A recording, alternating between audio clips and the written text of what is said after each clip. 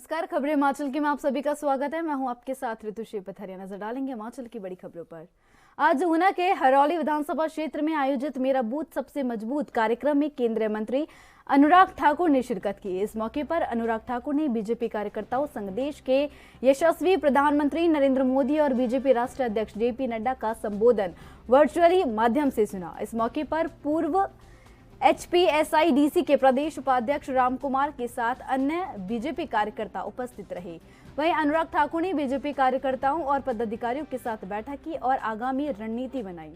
वहीं उन्होंने बूथ की मजबूती के लिए टिप्स भी दिए। इस मौके पर केंद्रीय मंत्री ने प्रधानमंत्री का संबोधन सुनने के पश्चात पत्रकारों से बात करते हुए कहा कि प्रधानमंत्री के नेतृत्व में भारत आगे बढ़ रहा है और आज भारत ने आपके नेतृत्व में ब्रिटेन को पछाड़कर 5वां स्थान हासिल कर लिया है।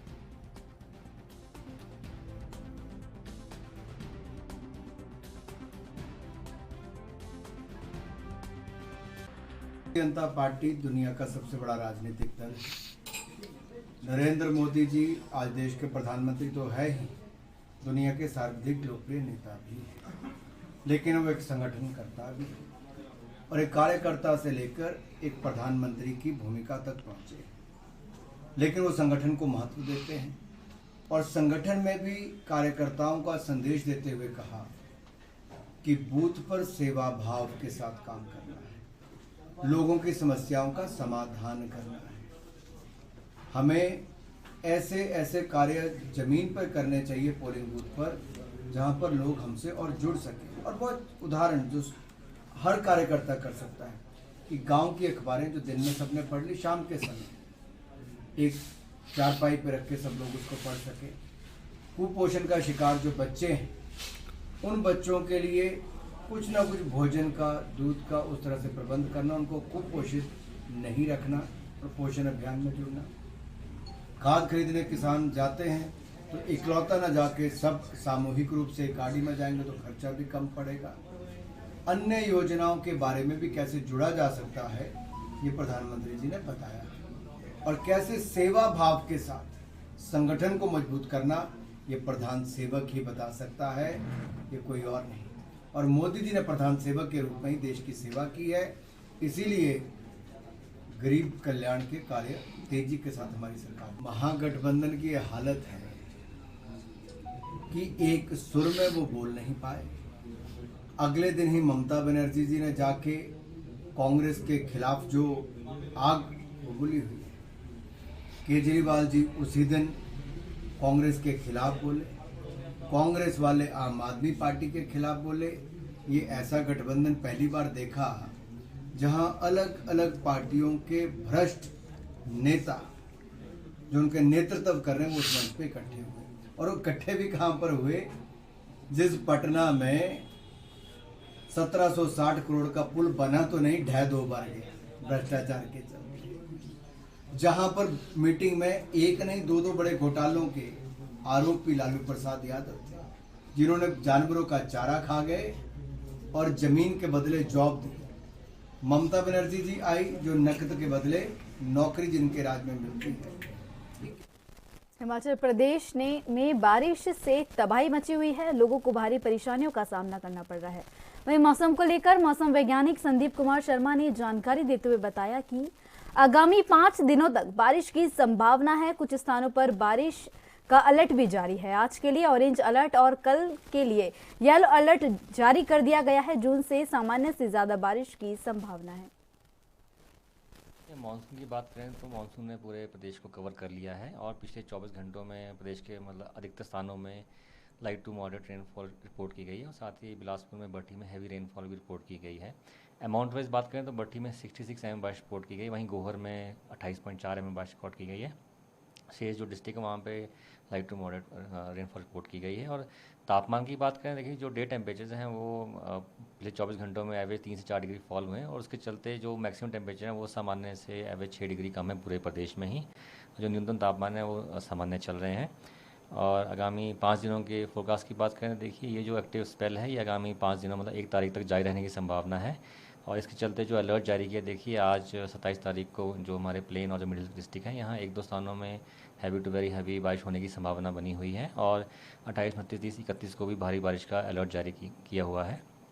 आज के लिए ऑरेंज अलर्ट जारी किया है प्रदेश के लिए, और कल से मतलब फिर 4 दिनों के लिए येलो अलर्ट जारी किया है। साथ ही साथ थंडरस्टॉर्म लाइटनिंग एक्टिविटी होने की संभावना है इसी दौरान। जैसे आपने हैवी टू हैवी रेनफॉल की जो वार्निंग इशू होगी, कौन कौन सी जिलों के लिए? हाँ, देखिए स्पेशली जो मिडिल्स की डिस्ट्रिक्ट हैं, जैसे चंबा है, कांगड़ा मंडी है, सोलन सिरमौर है, बिलासपुर हमीरपुर भी है, तो यहाँ इन क्षेत्रों में मतलब जैसे एक्टिविटी, क्योंकि ये तो एक्टिविटी अब चलती रहेगी तो बीच बीच में रेनफॉल भी होने की संभावना रहेगी इन पूरे क्षेत्रों में ही। तो जैसे ही स्पेल बनेगा तो इन्हीं क्षेत्रों में एक दो स्थानों में भारी बारिश होने की संभावना बनी रहेगी आगामी 5 दिनों में। जी, अगर बात की जाए तो सरकार के साथ किस तरह कोऑर्डिनेट किया जा रहा है, बार बार उनको अवेयर किया जा रहा है? हाँ, बिल्कुल बिल्कुल, देखिए हमारे यहाँ से डेली बेसिस पे प्रेस रिलीज जारी की जा रही है, उसमें जो भी अपडेट्स हैं वो। अंतर्राष्ट्रीय क्रिकेट स्टेडियम धर्मशाला में अक्टूबर से नवंबर के बीच होने वाले आईसीसी वर्ल्ड कप के 5 मैच खेले जाएंगे। आईसीसी ने वनडे विश्व कप 2023 का शेड्यूल जारी कर दिया है। यह टूर्नामेंट 5 अक्टूबर से 19 नवंबर के बीच भारत में खेला जाएगा। अंतर्राष्ट्रीय क्रिकेट स्टेडियम धर्मशाला में एक मैच भारतीय टीम और न्यूजीलैंड के बीच खेला जाएगा। धर्मशाला स्टेडियम में पहला मैच 7 अक्टूबर को बांग्लादेश और अफगानिस्तान के बीच खेला जाएगा। वहीं विश्व कप का तीसरा मुकाबला होगा 10 अक्टूबर को इंग्लैंड और बांग्लादेश के बीच मुकाबला होगा। एचपीसीए के सचिव अविनाश परमार ने कहा कि धर्मशाला में 5 मैचों के आयोजन से जहां पर्यटन को बढ़ावा मिलेगा, साथ ही हिमाचल फिर से विश्व की तस्वीर बनेगा।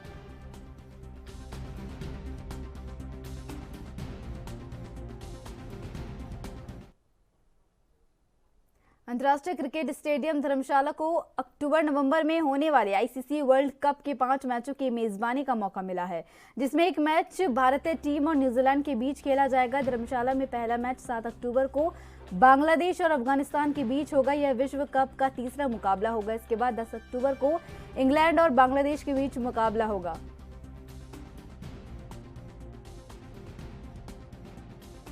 धर्मशाला प्रेस के सभी पत्रकार मित्रों को मेरा सादर प्रणाम। आप सबको शॉर्ट नोटिस पे बुलाया, आप सब लोग आए, उसके लिए धन्यवाद। आपका हमेशा सहयोग मिलता रहा। एचपीसीए को बड़े सफल 2 आईपीएल के मैचेस हुए, उसमें भी आप सबका बेहतरीन योगदान रहा, उसके लिए भी हम धन्यवाद प्रकट करना चाहेंगे। आज खास करके जो प्रेस वार्ता बुलाई है मित्रों, उसका कारण यही था कि आपके माध्यम से हम पूरे हिमाचल प्रदेश को, हिमाचल के वासियों को बधाई दे सके कि पहली बार मौका आया है कि ओडीआई वर्ल्ड कप जो आईसीसी आयोजित करने जा रहा है और होस्ट इस बार इंडिया है,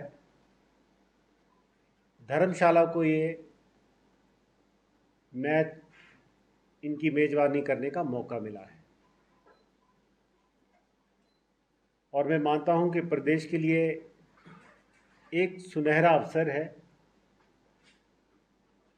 हिमाचल को पूरे विश्व में टूरिज़्म प्रदेश के रूप में जाना जाता है, देवभूमि तो है ही, लेकिन हम कैसे इस खूबसूरत प्रदेश को पूरे विश्व के सामने ला सकें, ये हमारे पास बेहतरीन मौका है।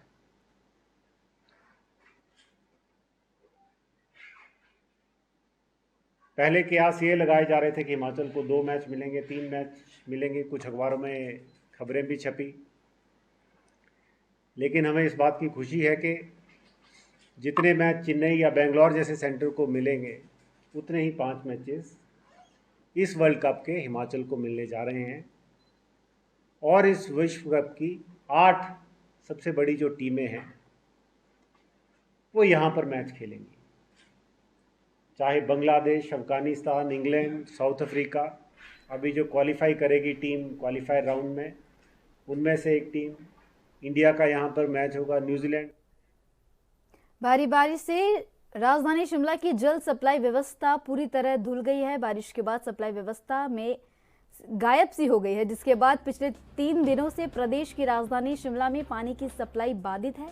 शहर में पानी सप्लाई की जिम्मेदारी संभाल रही SJPNL अभी भी शहर में पानी उपलब्ध करवाने के लिए व्यवस्था को दुरुस्त करने में जुटी हुई है। इसके बावजूद अभी तक सामान्य से कम पानी ही शहर को उपलब्ध हो पा रहा है। ऐसे में पानी को लेकर लोगों की परेशानियां लगातार बढ़ रही है। हालातों को देखते हुए कुछ इलाकों में पर नगर निगम शिमला उप महापौर उमा कौशल ने बताया कि भारी बारिश के चलते गाद जम जाने से शहर में पानी की सप्लाई बाधित हो गई थी। इसके चलते शहर में पिछले 3 दिनों से पानी की सप्लाई बाधित थी। वहीं अभी भी गाद हटाने का काम जारी है।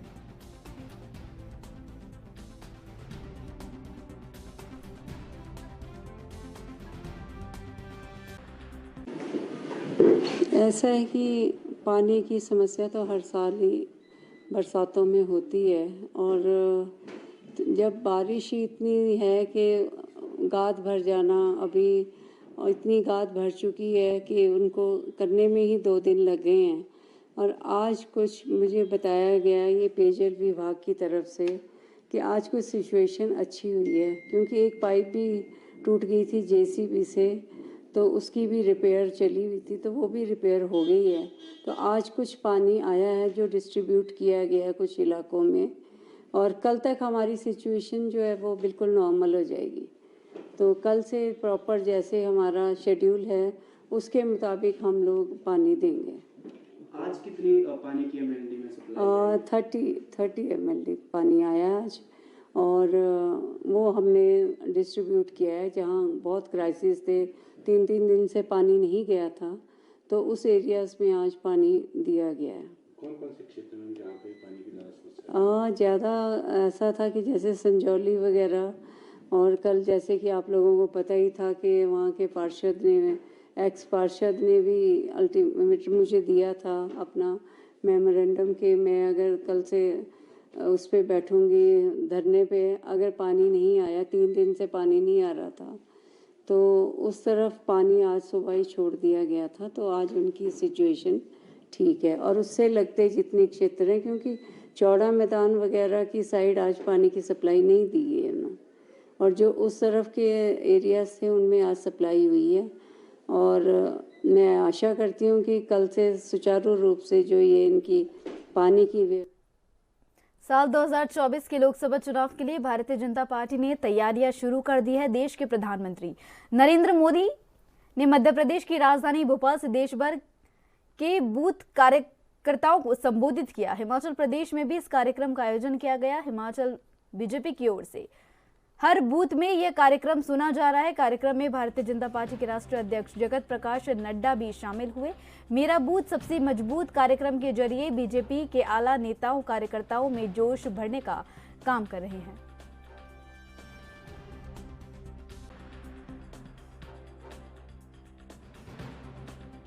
वही विपक्ष है जो 2014 में भी साथ था। तब भारतीय जनता पार्टी ने पूरे देश भर में 282 सीटों के साथ अपनी सरकार बनाई थी। ये वही विपक्ष है जो 2019 में भी साथ था।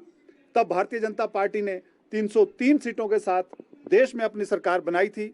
अब मुझे लगता है कि इस बार 303 से ऊपर ही भारतीय जनता पार्टी अपनी सरकार बनाएगी। प्रदेश की आर्थिक स्थिति के ऊपर भी सरकार के कैबिनेट मंत्री अनिल सिंह ने कहा है कि भाजपा के समय में आर्थिक स्थिति प्रदेश की खराब हुई है और अब प्रबंधन का आरोप वर्तमान सरकार पर। देखिए, प्रदेश में सरकार बने हुए जिला परिषद कर्मचारी यूनियन द्वारा मांगों को लेकर प्रदेश भर में आंदोलन शुरू कर दिया गया है। हिमाचल प्रदेश पंचायत सचिव एसोसिएशन के बैनर तले प्रदेश भर में आज सामूहिक अवकाश कर आंदोलन का बिगुल बजा दिया है। राज्याध्यक्ष अमित जसरोटिया ने बताया कि विभाग में विलय न होने के कारण अभी तक इन कर्मियों को न तो छठे वेतन के आयोग का लाभ मिला है और न ही इनका NPS कटना बंद हुआ है, जिस कारण इस वर्ग के कर्मचारियों में भारी आक्रोश है। उन्होंने बताया कि जिला परिषद कैडर के करीबन 4700 कर्मचारी सरकार की हर योजनाओं को लोगों तक पहुंचा रहे हैं। वर्तमान सरकार ने चुनावों से पूर्व इन कर्मियों से वादा किया था कि जिला परिषद कैडर के कर्मचारियों का सरकार बनते ही ग्रामीण विकास या पंचायती राज विभाग में विलय कर दिया जाएगा। सब लोग के जितने भी जिला परिषद के एम्प्लॉयज़ हैं, चाहे वो तकनीकी सहायक हैं, अपने पंचायत सचिव हैं, जेईज हैं, वो आज हम यहाँ पर एक रोष के रूप में ऑल ओवर हिमाचल में जहाँ जहाँ भी विकासखंड है और जहाँ जहाँ भी डीपीओ ऑफिस है और जहाँ जहाँ भी हमारे जो जिला परिषद के कर्मचारी कार्यरत हैं, उन्होंने एक दिन का अवकाश लिया हुआ है और सरकार के प्रति एक रोष व्यक्त किया हुआ है। इसका कारण, इस रोष का कारण और इस सामूहिक विकास अवकाश लेने का जो हमारा कारण है वो ये है कि हमने आज तक पहले भी पिछली सरकार में हमने स्ट्राइक की थी, 10-11 दिन का एक आंदोलन किया था और सरकार ने हमें कोई भी मतलब कोई आश्वासन नहीं दिया, कोई हमारी मांग नहीं पूरी की। जबकि सत्ता परिवर्तन के बाद हमने लगा कि हमारी अपनी सरकार, कर्मचारियों की सरकार आ रही है तो हमारे लिए तुरंत एक राहत मिलेगी। उसमें हमारा 6th पे कमीशन जैसी एक बात है जो अन्य एम्प्लॉइयों को, पूरे सरकारी कर्मचारियों को मिल चुका है, लेकिन हमें वो 6th पे कमीशन आज तक नहीं मिला। तो हमारे साथ एक अन्याय हो रहा है ये। और हमारी सबसे बड़ी जो समस्या है, जो हमारा समस्याओं का मूल कारण है वो है कि हम विभाग में मर्ज किया जाए। हमें पंचायती राज विभाग में या फिर ग्रामीण विकास विभाग में, जिसमें भी सरकार को उचित लगता हो, जिसमें भी वो कंफर्ट महसूस करते हो, उसमें लिया जाए ताकि हमारी ये सारी समस्याएं सॉल्व हो जाएं। हमारे अपने आप हमें कभी आंदोलन नहीं करना पड़ेगा। हमें 6 पे कमीशन स्वतः लागू होगा या कोई भी वित्तीय लाभ स्वतः लागू होंगे। हमारे एम्प्लॉयज़ को अगर कोई डेथ हो जाती है, कोई मेडिकल की बात आती है, वो स्वतः ही एक एम्प्लॉय। सरकार के गठन को 6 महीने से ज्यादा का समय हो गया है, लेकिन सरकार बीजेपी की नीतियों पर मोहर लगाकर प्रदेश के हजारों मजदूरों के हितों के साथ खिलवाड़ कर रही है। मजदूरों के हितों की रक्षा के लिए यदि किसी भी स्तर तक संघर्ष करना पड़े तो यूनियन हर मुकाम तक जाएगी और श्रम एवं रोजगार विभाग द्वारा जारी अधिसूचना को शीघ्र रद्द नहीं किया गया तो आंदोलन का स्वरूप और भी उग्र होगा। यह बात मंगलवार को हिमाचल बिल्डिंग कंस्ट्रक्शन और मनरेगा मजदूर यूनियन के प्रदेश अध्यक्ष जगत राम शर्मा ने कही। इससे पूर्व पीडब्ल्यूडी विश्राम गृह झंडूता से लेकर एसडीएम कार्यालय तक विशाल रैली निकाली गई, जिसमें प्रदेश सरकार के खिलाफ जमकर नारेबाजी की गई। वहीं प्रदेश अध्यक्ष जगत राम शर्मा ने कहा कि यह भी हैरानी की बात है कि प्रदेश में कांग्रेस की सरकार है, लेकिन अभी तक बीजेपी द्वारा तय नियमों पर ही काम हो रहा है, जिससे किसी भी कीमत पर सहन नहीं किया जाएगा। पार्टी ने जाते जाते जयराम सरकार ने हमारे विरुद्ध, मनरेगा मजदूरों के विरुद्ध, बिल्डिंग कंस्ट्रक्शन वर्कर के विरुद्ध जो सर्कुलर कर दिया था। हमें दुख की बात यह है कि सुक्खू साहब ने ये कहा था कि हम व्यवस्था आने पर व्यवस्था चेंज करेंगे, सरकार के चेंज होने पर। सरकार तो चेंज हो गई, पर सुक्खू ने आगे आकर 8 फरवरी को जो पिछली सरकार ने सर्कुलर किया था उस पर भी मोहर लगा दी। ये बहुत गंभीर मसला है और दिन प्रतिदिन इस सरकार के खिलाफ जो मजदूरों का गुस्सा भड़क रहा है। मैं आपको ये निवेदन करना चाहता हूँ, भवन निर्माण बोर्ड के अंदर जितने सहूलतें सोनिया गांधी जी के आशीर्वाद से, हिमाचल में वीरभद्र जी के आशीर्वाद से जितने भी मिले, उसके बोर्ड का मैं भी डायरेक्टर था, बाबा हरदीप सिंह जी था, उसको जो कुछ हमने दिया इन्होंने एक झटके से ख़त्म करके है, क्योंकि भारतीय जनता पार्टी पूंजीपति सरकार है। बड़ी दुख की बात है कि सुक्खू साहब भी उसी नीति पर चलकर मजदूरों की बात नहीं कर रहे, गरीबों की बात ना इनके कान, ना इनकी सरकार सुनती है कानों से, ना से आँखों से देखते। हर रोज़ प्रदर्शन हो रहे हैं, हर रोज़ प्रदर्शन हो रहे हैं। दुख की बात यह है कि सुक्खू साहब लोगों की बहुत मदद कर रहे हैं। खुशी की बात है, ऐसी नहीं दुख की, खुशी की बात है। एक उन्होंने वो आज जो यहाँ पर हिमाचल प्रदेश बिल्डिंग कंस्ट्रक्शन की जो मीटिंग जुगता में हुई, जो रैली हुई, उसमें हमारे जो मजदूर भाई यहाँ इकट्ठे हुए हज़ारों की तादाद में, इन लोगों का और हम लोगों का ग्रीवांश है कि हमारी जो सरकार है, हिमाचल सरकार, पहले बीजेपी की जो सरकार थी, जाते जाते एक नोटिफिकेशन कर गई कि ना तो मनरेगा मजदूर रजिस्टर्ड होंगे, ना ही उनके क्लेम कुछ किसी को दिए जा रहे थे। लेकिन आज 6 महीने हो गए सरकार को, सुक्खू सरकार को बने हुए। हमारी अपनी सरकार है, हमने खुद सरकार को चुना, बनाया, लेकिन इन लोगों ने आज तक हमारी मांग नहीं सुनी, क्योंकि ना तो कोई मजदूर रजिस्टर्ड हो रहा है मनरेगा मजदूर, ना ही दूसरे मजदूर रजिस्टर्ड हो रहे हैं। हज़ारों लाखों के करीब हमारे जो क्लेम पेंडिंग पड़े हुए शिमला में, उनका कोई निवारण नहीं हो रहा है। हम कम से कम राज्य सतर्कता और भ्रष्टाचार विरोधी ब्यूरो उत्तरी क्षेत्र धर्मशाला में एक महिला के खिलाफ धोखाधड़ी का मामला दर्ज हुआ है। आरोप है कि महिला ने अपनी बहन के दस्तावेजों पर नौकरी हासिल की है। दरअसल आरोपी महिला के भाई ने ही मामले का खुलासा किया है। शिकायत में भाई ने आरोप लगाया है कि उसकी बहन ने अपनी दूसरी बहन के दस्तावेजों से छेड़छाड़ कर प्राथमिक स्कूल में नौकरी हासिल की है।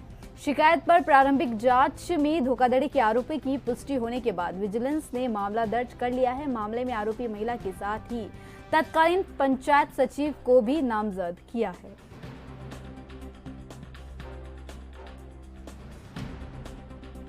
विजिलेंस के पास एक शिकायत आई थी कि छाया देवी जो अपनी ही छोटी सिस्टर है उसके सर्टिफिकेट यूज़ करके सरकारी स्कूल में अध्यापक कार्यरत है।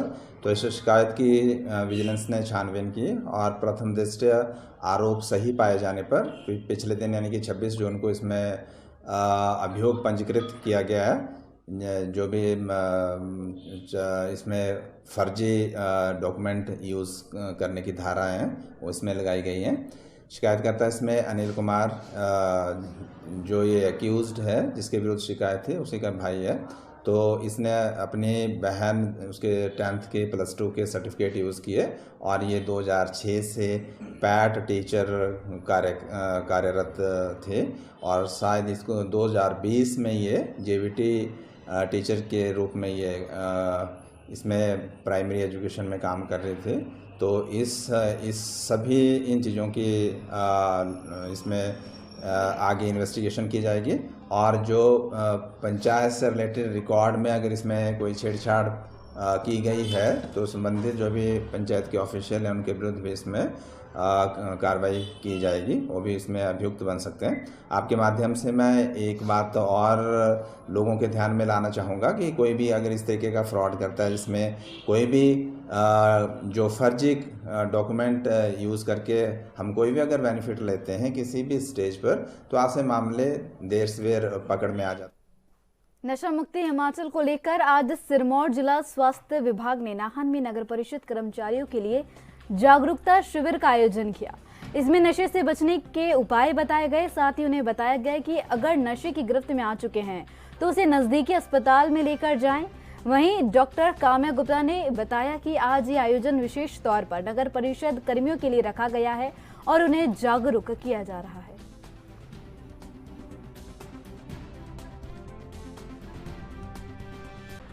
वर्ल्ड ड्रग एब्यूज़ डे मनाने आए हैं एमसी ऑफिस में। आज हमने यहाँ पे लोगों को जागरूक किया। हमारे जो ड्रग एब्यूज़ है जो हमारी सोसाइटी की आजकल बहुत अहम दिक्कत है हमारे यूथ को ख़राब करने में, जिसका एक बहुत बड़ा रोल है, उसके बारे में हम लोगों को अवेयर करने आए हैं। और हमारे आज जो इस साल people first stop stigma and discrimination and prevention, इसमें हम लोगों को ना केवल ये बता रहे हैं कि जो हमारे ऑलरेडी जो लोग बच्चे ड्रग्स ले रहे हैं या जो लोग ऑलरेडी ड्रग्स का दुरुपयोग कर रहे हैं, हम इनको ये समझाने आए हैं कि उनसे प्लीज़ घृणा ना करें, उनसे नफरत ना करें, उनकी बाजू बने, उनको मदद करें कि वो उनको डॉक्टर तक लेके जाएं, उनको काउंसलिंग कराएं। मेरे साथ खबरें हिमाचल की में बस इतना ही। देश विदेश की तमाम और अहम खबरों के लिए बने रहिए एनबी न्यूज़ पर। नमस्कार।